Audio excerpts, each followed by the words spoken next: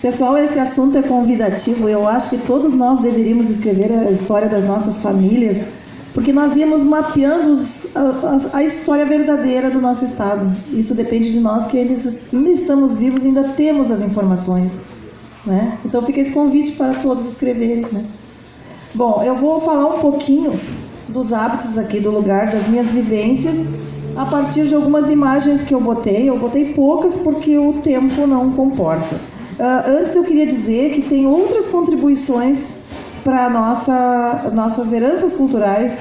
A contribuição dos afros tem muita coisa e não caberia aqui dentro do tempo que nos foi concedido. Então eu vou preparar um assunto para uma outra hora. Se um dia vocês me convidarem de novo, eu posso trazer a contribuição afro, que foi muito importante na agricultura, nos trabalhos, na Revolução Farroupilha, foi decisiva a Batalha dos Lanceiros Negros, né? Tem coisas importantíssimas para contar. Mas aí seria mais 30 minutos, ficaria 1h30, então a gente deixou fora. Não por ser menos importante, é porque eu dei prioridade para o gaúcho do Pampa, porque é o motivo da nossa comemoração aqui em Viamão, e para a minha vivência. Eu escolhi duas entre as três, certo? Não as mais importantes, minha escolha. Então aqui, pode passar, eu acho que vou ficar meio aqui. Bom, a contribuição dos açorianos, eles vieram ligados à agricultura.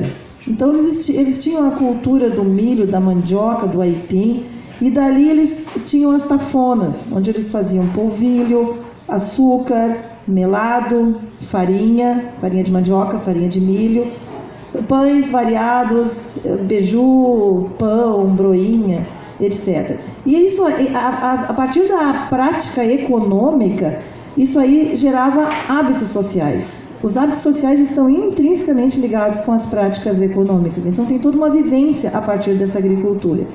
Pode? Claro. Então a pecuária também fazia parte, a criação de gado. A maioria era gado, não vi tanto cavalo aqui na Estância Grande na época anterior, a época pré-elétrica, alguns cavalos. Hoje em dia tem mais sítios que criam cavalo que antigamente. E tinha tinha os porcos, tinha as aves, o pato, galinha, né? Pode passar? Bom, o que eu tenho para falar? Tem muita coisa. Eu tenho um livro onde eu anotei alguma coisa, não tudo também, porque eu não queria fazer um livro muito extenso, senão eu não ia parar nunca de escrever, eu nunca ia publicar, né? Então eu falo nesse livro, por exemplo, que entre os hábitos do lugar, os lugares tinham nomes. Então aí eu trabalho esses nomes do lugar onde eu morei e toda a simbologia que cada nome tinha. Atrás de um nome existem histórias de famílias, histórias de práticas. Pra gente que conhece a Capororoca Caída, a Estradinha, a Vertente. E aqui eu quero falar um pouquinho do que era a vida do homem do campo, descendente dos açorianos, e a sua relação com a água, quando não havia luz e nem poços. Teve uma época em Estância Grande que eram poucas as pessoas que tinham poço. Então qual era a rotina diária? A pessoa tomava café de manhã cedo, tirava leite, tinha tambos de leite, cangava os bois na carreta com tarros, atravessava um tanto de terra e mato até chegar na vertente, onde lá enchia os tarros, aí já era 9 da manhã, onde lá lavava roupa na vertente, no mato, com mosquito, trazia aquela água para casa. Era um ritual da água. O homem era ligado à natureza, ligado ao ciclo da água, né? Era também ligado ao ciclo do fogo, porque ele trazia o forno, né? O forno era necessário para fazer os pães, as broas. Eles acendiam o forno 1 ou 2 vezes por semana, faziam, aproveitando o calor, que inicialmente era medido com uma palha de milho.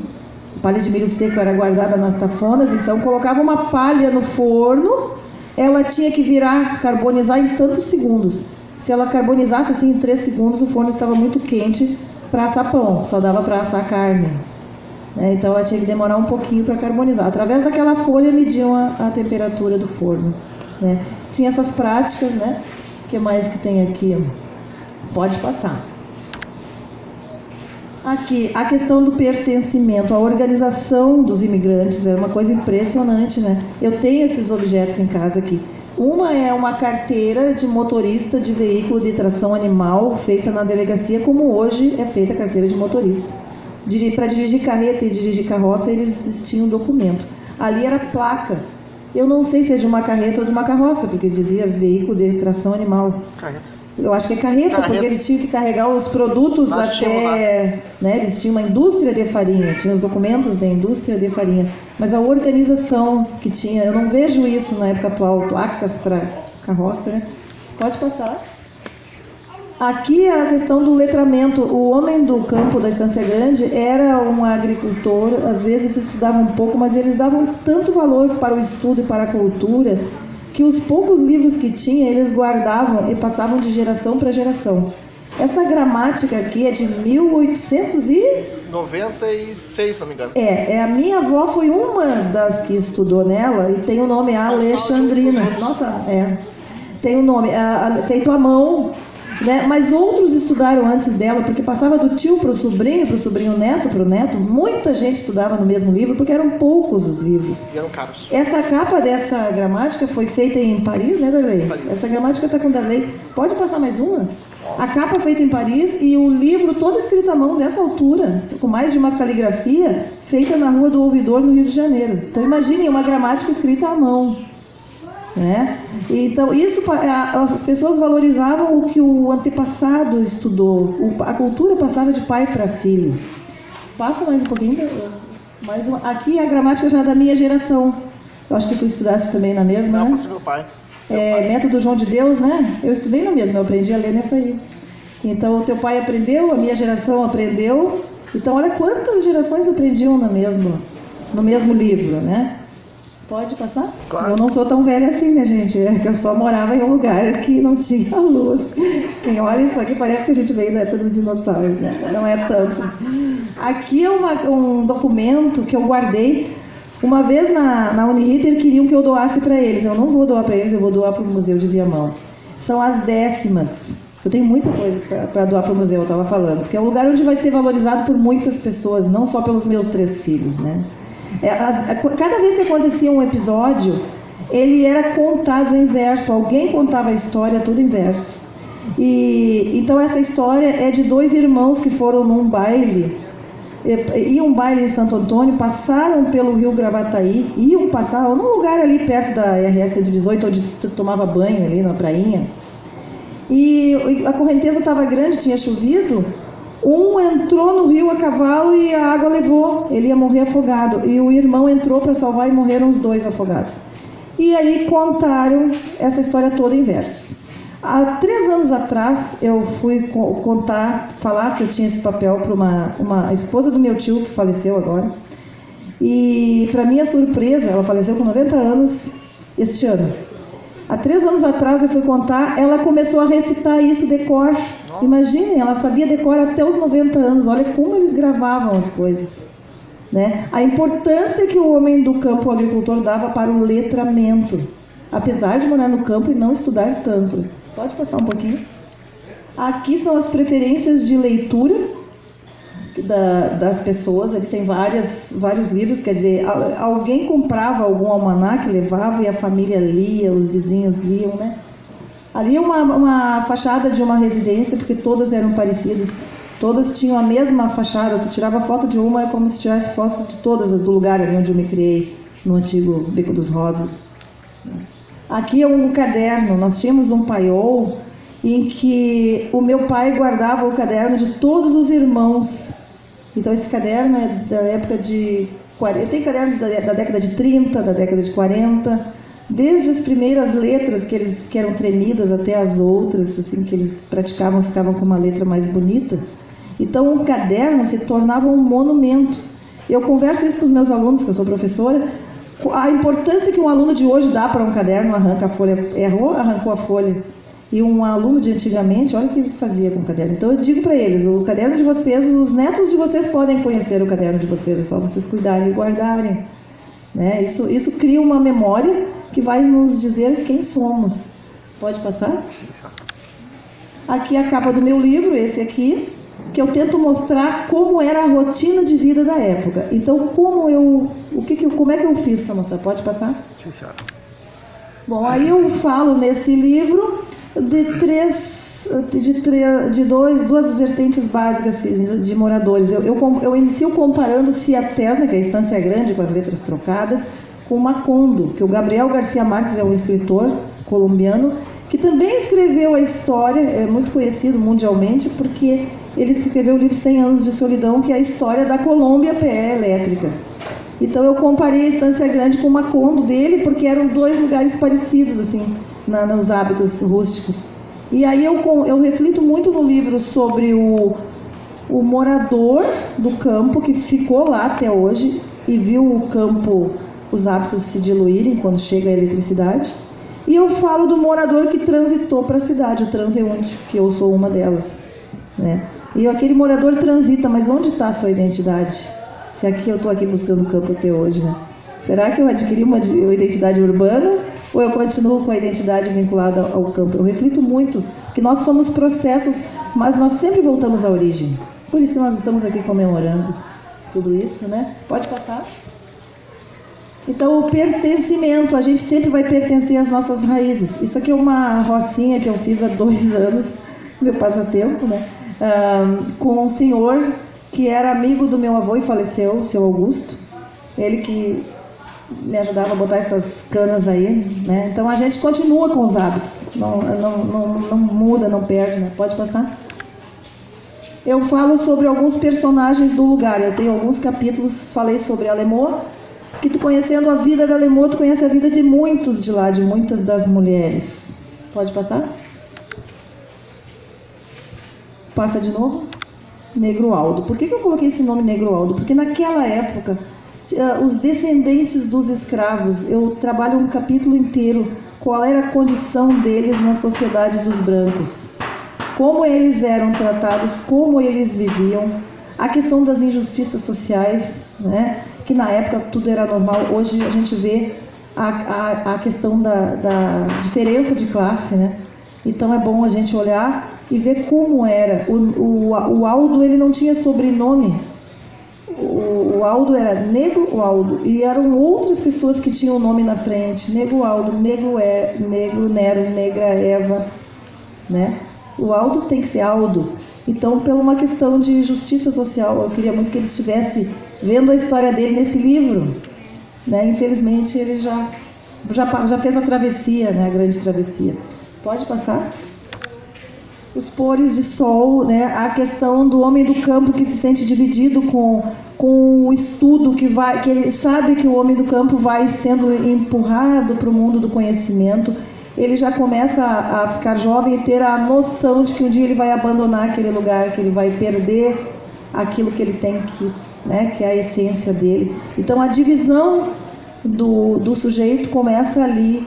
E o pôr do sol dava uma dor em nós jovens, eu e em outros, porque a gente o fim do dia é o fim de um ciclo. E a gente ligava aquilo ao fim do ciclo da mocidade naquele lugar. Então eu reflito muito sobre os ciclos da vida humana nesse livro. Os ciclos do homem ligado à terra. E aí eu venho trazendo, pode passar? Transição. Eu venho trazendo a transformação que houve quando chegou a luz elétrica, quando acendeu a primeira lâmpada. A gente não tinha noção, tamanha ia ser a diluição dos hábitos rurais. Eu lembro que meu pai falou assim: bah, não vai mais apagar o candeeiro no galpão quando acendeu a luz elétrica, né? Mas é muito mais que um candeeiro. As coisas foram se diluindo em efeito dominó, porque aí chega a geladeira, a gente não vai mais guardar a carne dentro da lata de banha, como se guardava antes, né? Porque a geladeira gela, né? E aos poucos foram se matando menos animais. Quando veio a eletricidade, vieram os poços, as bombas elétricas, foram se aposentando os bois, não iam mais diariamente buscar água na vertente. Aí eu vou contando aqui todo esse efeito, né? Depois vieram os tratores para lavrar as roças, os bois foram se tornando obsoletos, né? Pode passar? Então, toda essa diluição das práticas rurais, a partir do modo da rotina que a gente vai conhecendo como elas vão desaparecendo. Hoje esse lugar existe, mas já está muito descaracterizado, contaminado pela cultura urbana, porque muitos moradores ali já faleceram, outros compraram os sítios. mas alguns ainda teimam em viver lá e trabalham nos sítios das pessoas urbanas que compraram, e eles são disseminadores das práticas rurais. Tem pessoas aqui que eu coloco, só troco os nomes, tudo que é verídico, cada linha e cada palavra. Eu só troco os nomes porque as pessoas estão vivas, das quais eu falo aqui. Então tem pessoas que moram no lugar e mantêm a cultura viva. Tá? Eu vou eternizar aquela época pré-elétrica, aquela época de transição, eu eternizei através da palavra. Né? Ninguém vai esquecer porque está escrito em um livro. Então é isso que eu queria passar. Eu acho que a história tem que ser eternizada, esses tempos que nós vivemos. E para isso precisa as pessoas escreverem. Não é tão difícil escrever um livro, a gente escreve, depois paga uma pessoa para fazer uma revisão e publica. É muito, muito mais fácil do que vocês imaginam. É só botar a ideia no livro e depois alguém revisa. A revisão não é tão cara e faz muita diferença na vida das pessoas que estão vindo aí para esse futuro, que é o que falta no Brasil, é tradição. É essa tradição se ampliar e ser vivenciada como a gente vivencia aqui. E era isso por hoje. Muito obrigada. Se alguém tiver interesse em adquirir o livro, é R$30. Vou deixar aqui. Queremos agradecer, então, a vocês dois. Muito obrigada por essa palestra. E sentada ali ouvindo, né, nós que ficamos a semana inteira, o quanto as nossas palestras se encontraram nos assuntos uns com os outros, de diversos palestrantes. Claro. Não só eu aqui hoje pela manhã, o professor Francisco estava aqui, e também muitas coisas vieram de encontro, né, com o que está sendo falado agora. E agradecer mais uma vez por essa riqueza de conteúdo, falando um pouco da nossa Viamão. Eu queria voltar aquele slide de Viamão. Eu coloquei ali, eu esqueci de falar, eu me emocionei na hora que eu estava falando do lugar. A última, eu acho, é um documento que a prefeitura, naquela época, na década de 40, isso aqui eu acho, a data não consigo ver agora. A prefeitura mandava para todos os produtores rurais, os agricultores, de como deviam proceder com a vegetação, não cortar, não depredar, não destruir. Então é lindo esse documento, é bonito, eu quero doar também. E a frase que termina o documento que a prefeitura colocou foi assim, ó: o homem destruidor da natureza é mau elemento, demonstra crueldade de espírito, coopera para o empobrecimento próprio e desperdiça a riqueza de sua pátria. Olha o papel da prefeitura, isso é cultura e é memória. Isso vai ficar... Prefeitura de Viamão não tinha prefeito, só... Deixa eu ver ali, peraí. Acho que tem, vai ter que aumentar aqui. Pronto, Henrique Luiz. Quem assinou é o delegado municipal. Henrique Luiz Hessler. É. Delegado municipal? Delegado municipal. Não era o prefeito. Hessler. Henrique Luiz Hessler. Os delegados cuidavam da natureza, né? Que bacana, né? Wesley. Era como se fosse uma polícia ambiental, de repente. Exatamente, o atual IBAMA. Ou Secretaria do Meio Ambiente, eu acho, né? Eu acho que os prefeitos e os delegados.